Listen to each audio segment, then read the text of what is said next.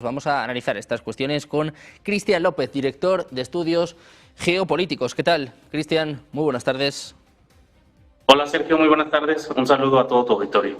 Encantados de contar contigo en un momento de tensiones en Oriente Medio y con una cita clave que está teniendo lugar en estos momentos. Trump y Netanyahu reunidos en la Casa Blanca ante las amenazas a Irán, hablando de un segundo portaaviones, y con Netanyahu, que está poniendo el foco en el programa de misiles iraní. Sí, ya no vamos a entrar, Sergio, en el debate de si Israel es quien delinea la política exterior de Estados Unidos o es Israel el alfil de Estados Unidos en Medio Oriente. Seguramente cada presidencia cambia esa relación y hay muchos, que te diré, leyendas urbanas, ¿no? Del papel del Mossad y muchas cosas que terminan siendo parte de las teorías de conspiración. Lo que es un hecho, los factos son que hay portaaviones cerca del Golfo Pérsico y buques destructores, lo que comentabas hace unos momentos en el segmento anterior, los aviones cisterna.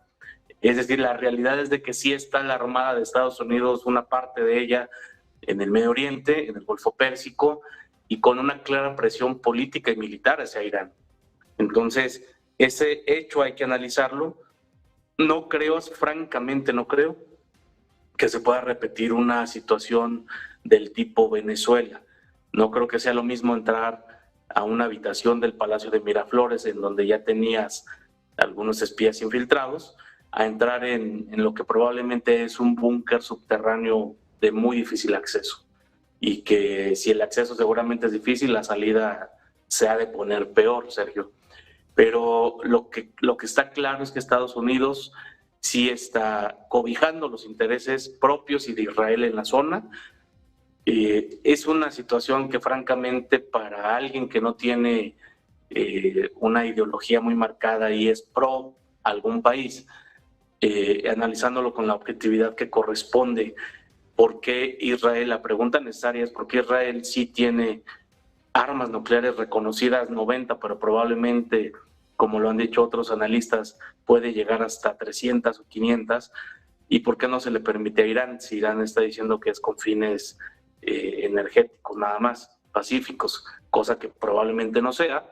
Pero ¿por qué sí hay un pequeño país en esa región que las puede obtener y no? Eso es porque en el realismo político la situación de poder la tiene Israel, amparado por Estados Unidos, y del lado oriental no se ha podido hacer un desarrollo óptimo de Irán con el apoyo de Rusia y de China. La clave no es ahorita el armamento nuclear, que probablemente está en desarrollo o casi cercano a tenerlo.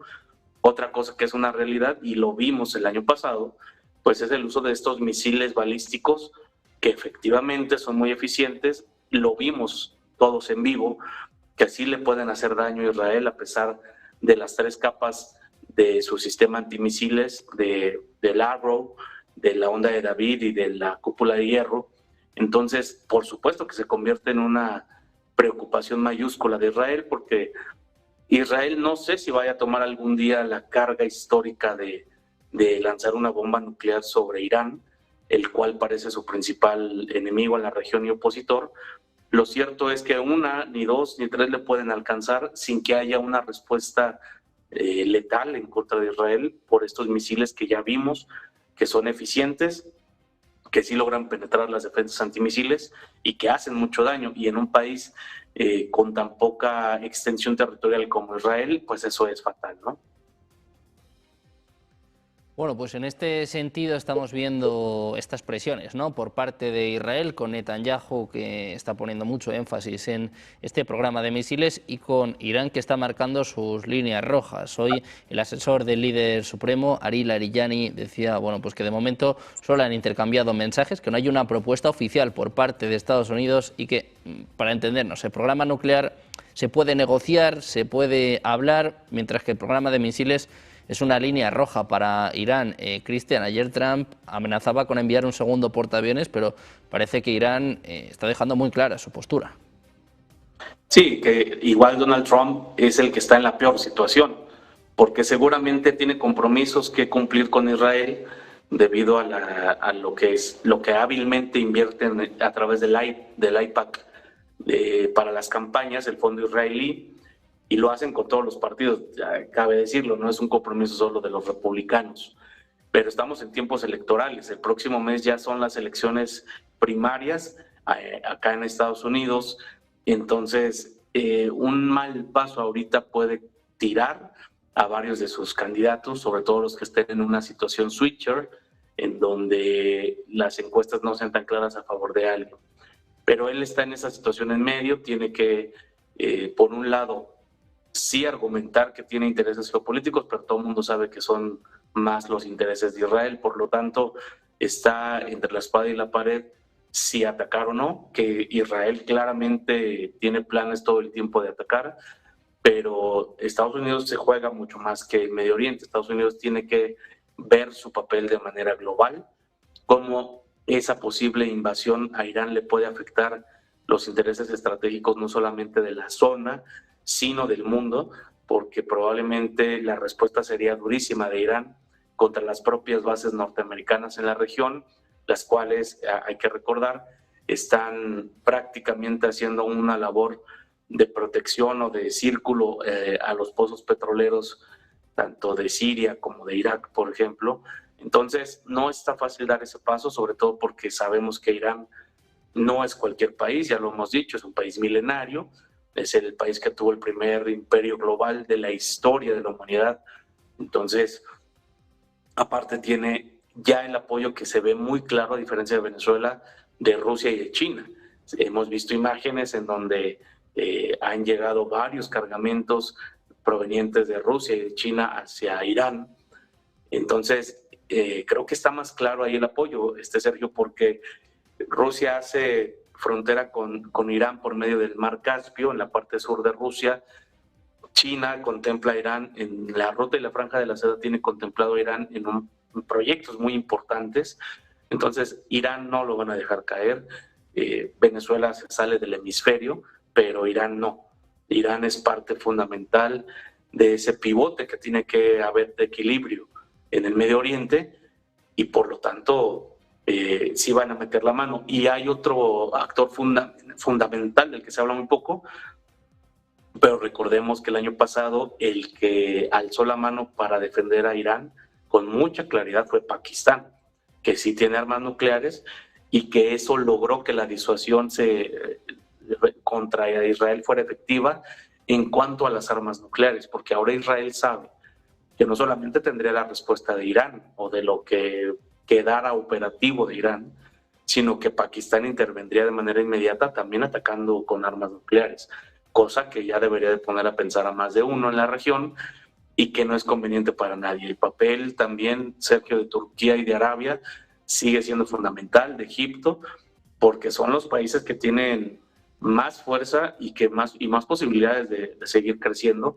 No son países a los que les convenga una inestabilidad en la región para que ellos puedan lograr sus propios intereses estratégicos. Ya han hecho algunas alianzas en forma de triángulo para ir cercando a algunos países, si no necesariamente enemigos, sí opositores a algunos intereses en la región. Entonces, es un tema de pronóstico reservado, Sergio, porque no está fácil la decisión y no es una situación del estilo Venezuela.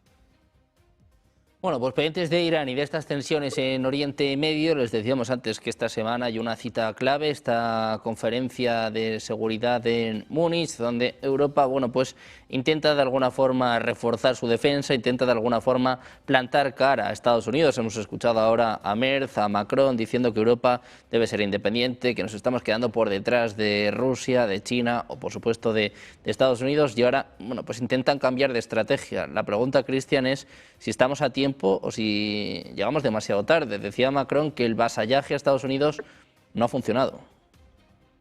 Es que hay varios problemas aquí de trasfondo que hay que analizarlos para entender por qué estamos en esta situación. La primera es que la Unión Europea sigue pagando las facturas de sus guerras civiles desde la Primera Guerra Mundial y específicamente de la Segunda. Recordemos que fue una guerra entre primos, entre los nietos de la reina Victoria, y eso conllevó a una guerra regional hasta ese momento. Después se involucraron otros países para que se tuviera una escala de guerra mundial, y lo que no calcularon es que iban a necesitar una potencia externa a su región, como es Estados Unidos, no solamente para acabar la guerra, que se acabó con las bombas en Japón, también para la reconstrucción, que ese es el gran pilar del por qué hay una paternidad norteamericana contra Europa. Europa decidió gastarse el recurso de todos los europeos en guerras fratricidas, nada más para obtener un liderazgo regional.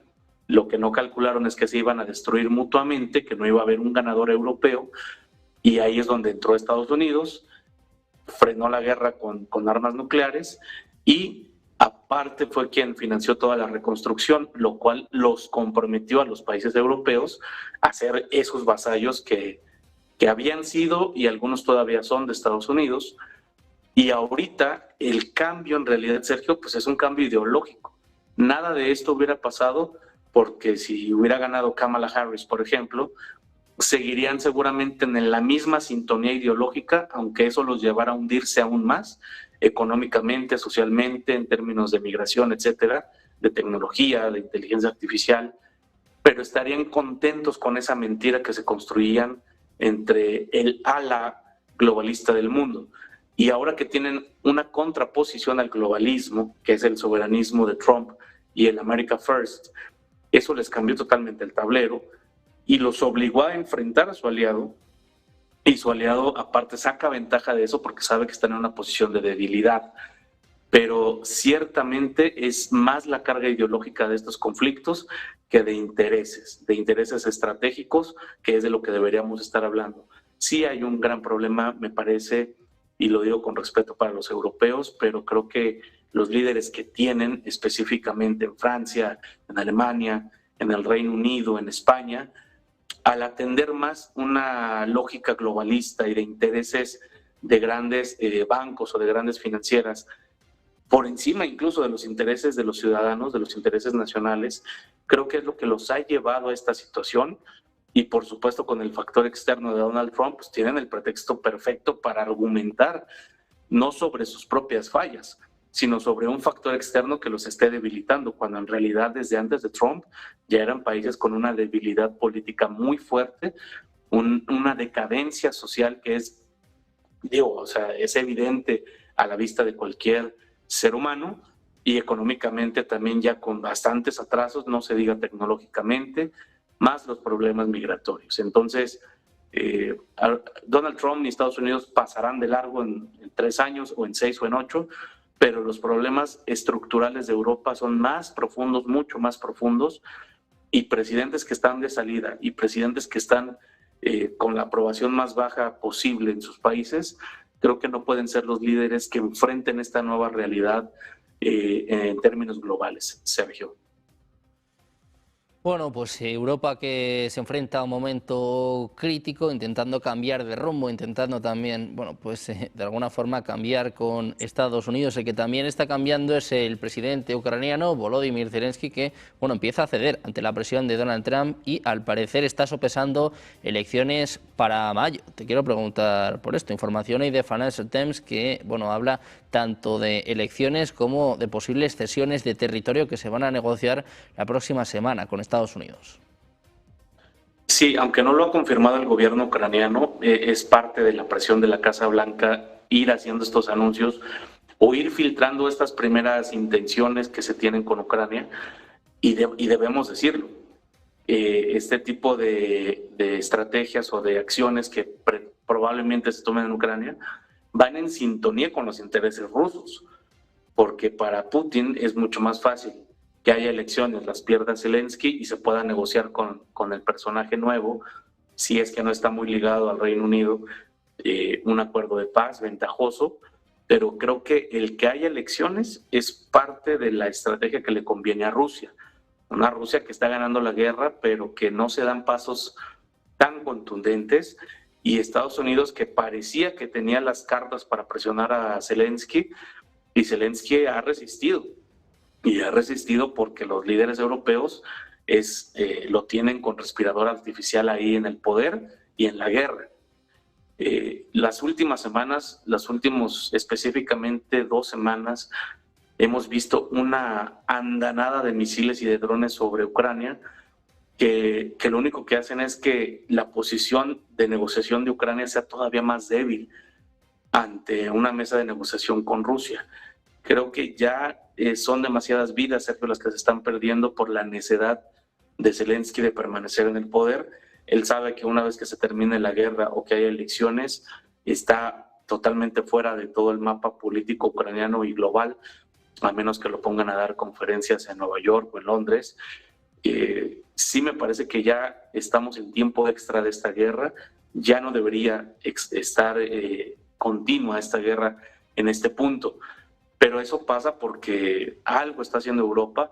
También hay que reconocerle, Sergio, a los europeos, pues que han mantenido sus intereses, no sabemos ni cuáles son porque no los comunican con claridad, pero han mantenido a Zelensky tanto en el poder como la guerra activa. Ellos probablemente, y es una opinión de posibilidades nada más, están pensando que están desgastando a Rusia, pero no tiene ningún sentido desgastarlo si después lo van a enfrentar sin el apoyo de Estados Unidos, porque aún con ese desgaste, la Unión Europea no podría con Rusia, tal vez tenga bastantes efectivos, tanques o aviones, pero el presidente Putin lo ha dejado muy claro, no sería, en caso de que se dé, no sería un conflicto como con Ucrania, en donde fue un tema quirúrgico, paso a paso. Acá sería una resolución contundente y breve, y todo el mundo entendemos a qué se refiere con eso. Por eso no le encuentro sentido a la estrategia europea pensando que tengan una, y es por eso que todos los caminos deberían llevarnos a la paz. Por último, Sergio, para este segmento de Ucrania, me parece que sí hubo un cambio de cromos entre Rusia y Estados Unidos en Anchorage, pero eso no incluía a China, por ejemplo. Por eso vemos que las señales pueden estar un poco cruzadas, porque no creo que sea, por ejemplo, una carta abierta que Rusia vaya por Ucrania, a sí mismo que China vaya por Taiwán.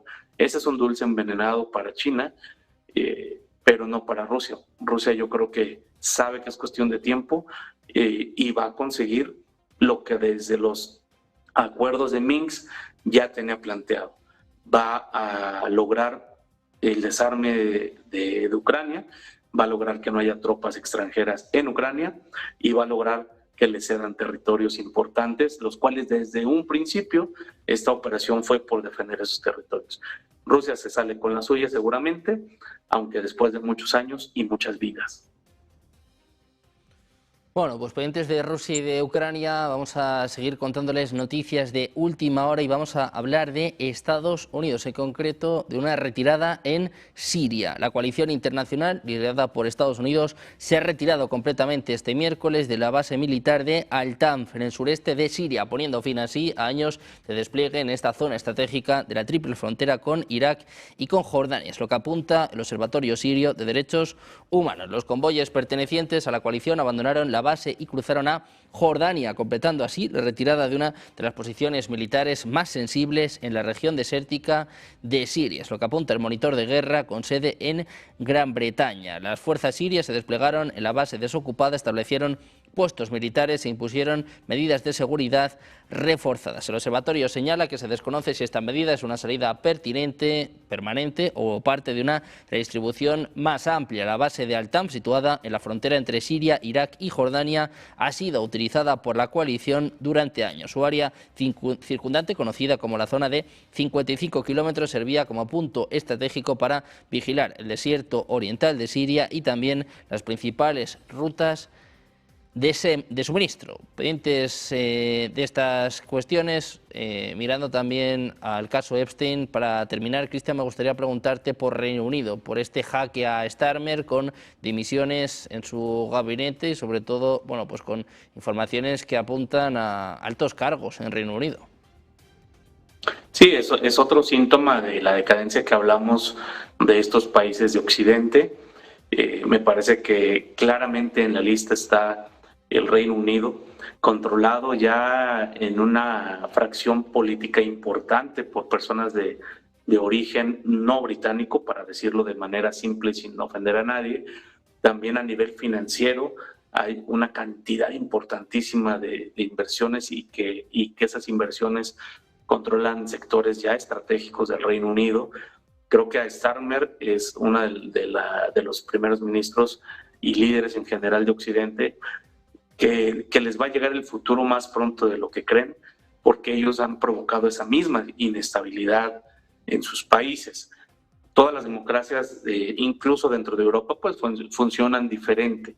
Unos tienen un poco más estabilidad, otros menos, pero creo que es de manera innegable que va a llegar este cambio, porque el péndulo, Sergio, no resiste mucho de un solo lado del eje. El péndulo se tiene que mover porque si no genera tensiones y fricciones. Y el péndulo, para que tus televidentes lo vayan entendiendo todavía mucho más claro, el péndulo es lo que acaba de pasar en Aragón. El péndulo se empieza a mover porque ya es insostenible, se llega a una fatiga ideológica en las sociedades, en las comunidades, y entonces el péndulo se mueve, porque si no, revienta lo que está tensado, revienta en donde está el punto de concentración de fricción, y es este síntoma que estamos viendo en el Reino Unido, aunado a estas filtraciones, aunado a estas divisiones, creo que va a desestabilizar totalmente el gobierno. No sabemos si llegue a la dimisión de Starmer, pero seguramente le mueve todo el punto de equilibrio en el Reino Unido, y eso lo debilita, y lo debilita ante la Unión Europea, lo debilita ante Rusia, que probablemente el Reino Unido sería de los primeros países que tuviera un enfrentamiento con Rusia, si es que se diera, y esperemos que no, una posible guerra entre estos países. Lo ha dicho el mismo gabinete de Rusia, que el Reino Unido sería uno de los primeros países o el primer país en ser atacado.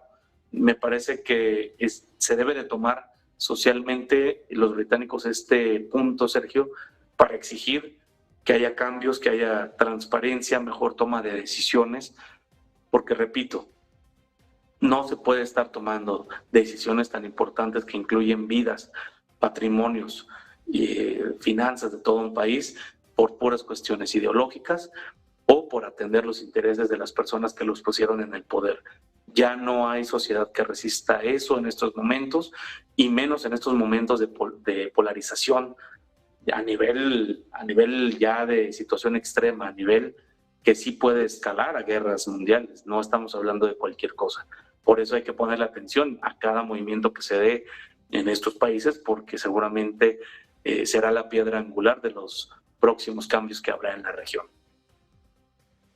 Bueno, pues muy atentos a lo que suceda en Reino Unido, este caso Epstein, que sigue coleando y que sigue golpeando a los principales líderes políticos, ya no solo en Reino Unido, sino en todo el mundo. Cristian, muchísimas gracias por estar con nosotros. Un placer. Es un placer, Sergio. Muchas gracias.